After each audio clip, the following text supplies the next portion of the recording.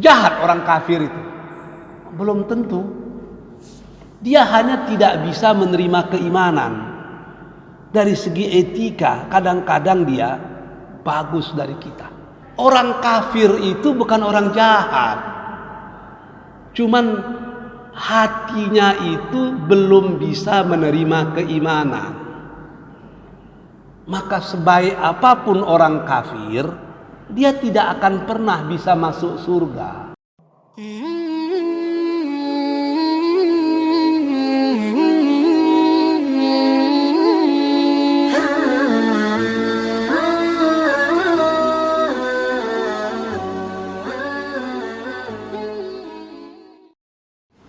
Manusia itu pada hakikatnya terdiri dari dua unsur.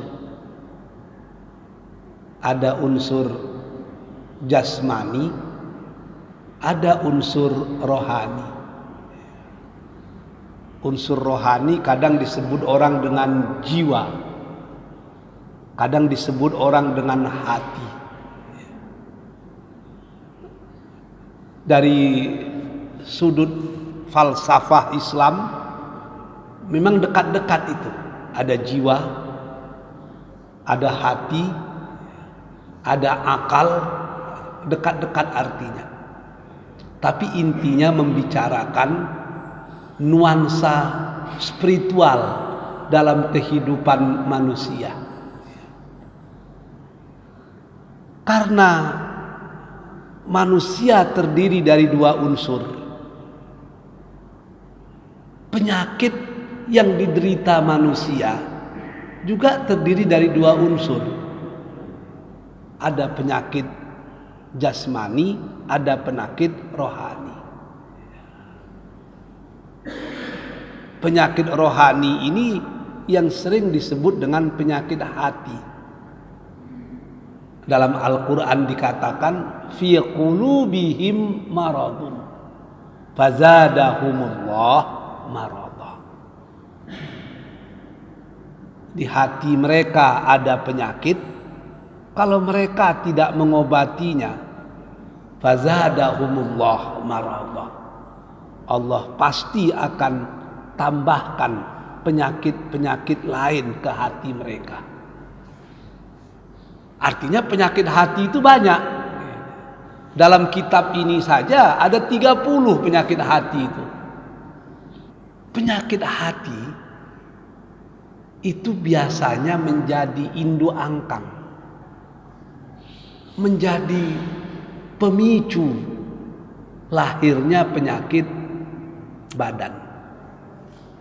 Kalau batin sudah rusak, badan hanya tinggal menunggu waktunya saja hancur. Kok rata nan ka menunggu pacah, kok biang nan ka menunggu capiak. Hanya menyusul saja lagi itu. Macam-macam penyakit akan datang itu.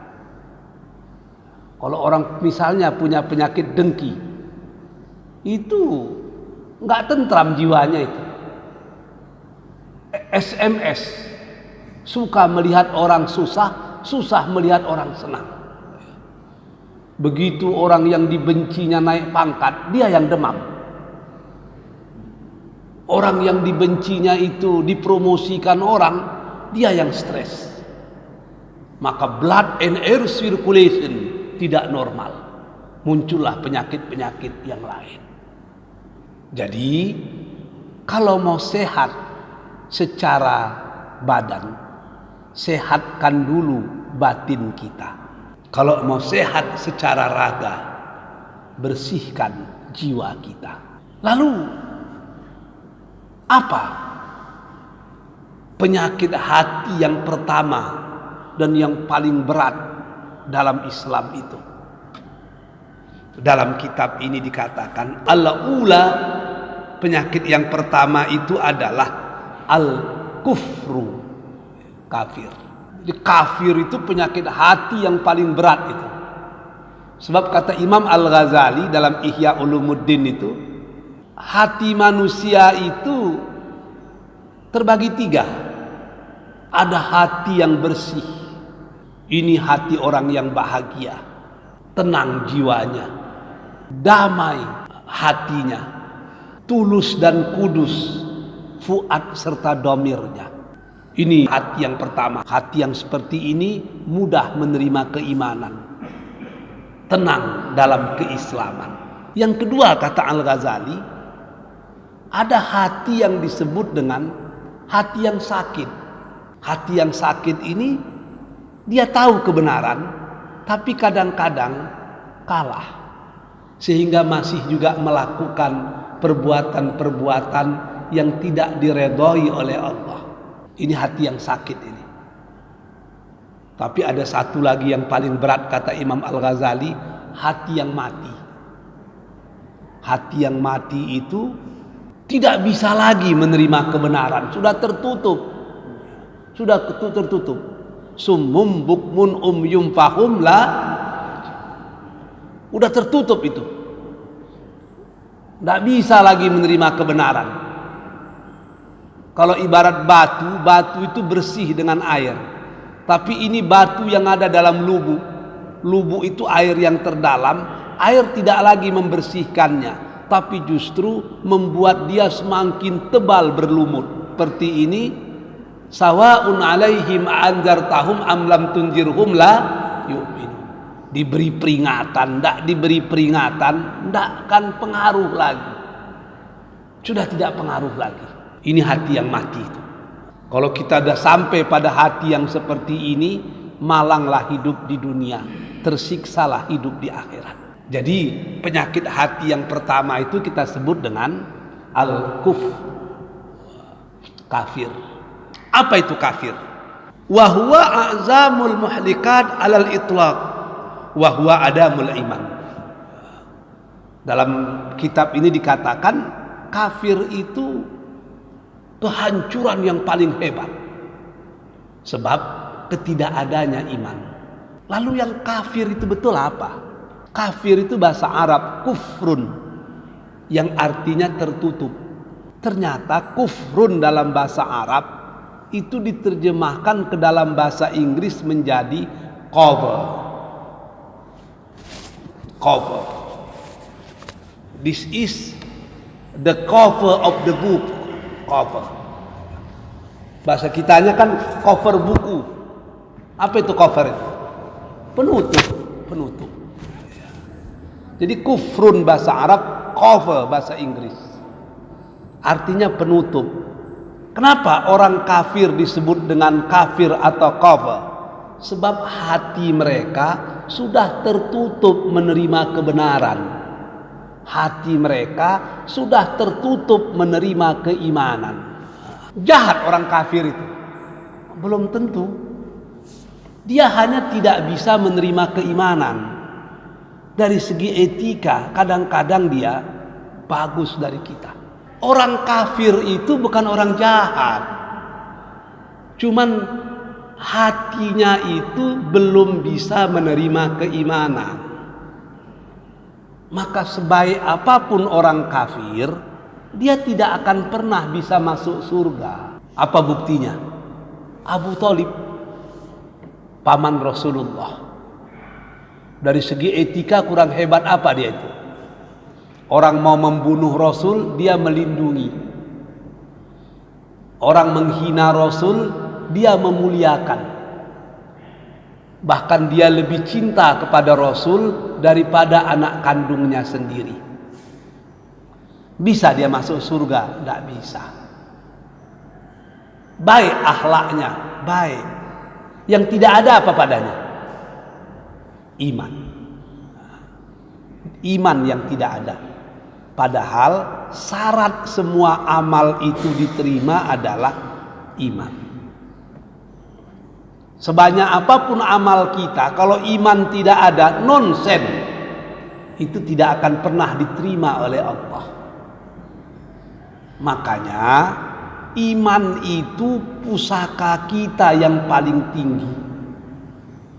Iman itu pusaka kita yang paling besar. Kita boleh tidak punya harta, kita boleh tidak punya rupa, kita boleh tidak punya tahta, tapi jangan sampai tidak punya iman. Kalau toleransi boleh, tidak boleh. Tapi tidak ada toleransi dalam masalah iman. Kalau sudah bicara tentang iman, lakum dinukum waliyadin. Bagimu agamamu, lakukanlah. Bagiku agamaku. Aku tidak akan membenarkan agamamu, sebagaimana aku juga tidak perlu pembenaran dari agamamu. Kalau sudah membenarkan keyakinan orang, berarti iman kita tidak sempurna. Ada yang benar selain yang kita imani, itu bahaya itu. Itu yang dalam dunia filsafat sekarang disebut dengan pluralisme. Menganggap ada yang benar selain yang kita yakini, itu mustahil. Menghormati keyakinan orang wajib. Sebab Allah yang menciptakan kita berbeda-beda. Tapi mengakui kebenaran yang dimiliki orang, itu tidak boleh. Dalam masalah akidah, nggak boleh abu-abu. AA, BB. Beriman, kafir, jangan abu-abu. Jangan sampai terjadi pantun orang Minangkabau lama, datuk mangguang manggaleh padi, di jamua di ateh sama. Islam tangguang kapi ndak jadi, antah dima inyo taga. Itu masalah itu. Kafir itu bukan masalah etika. Kafir itu bukan masalah pergaulan. Tapi kafir itu masalah keimanan. Kafir itu masalah keyakinan. Orang yang kafir mungkin etikanya baik, tapi hatinya tidak bisa menerima iman. Kafir itu terbagi 3. Yang pertama kafir juhli, yang kedua kafir juhudi, dan yang ketiga kafir hukmi. Kafir juhli, orang yang kafir karena akal, pemikiran, dan dirinya tidak bisa berpikir dan menerima keimanan.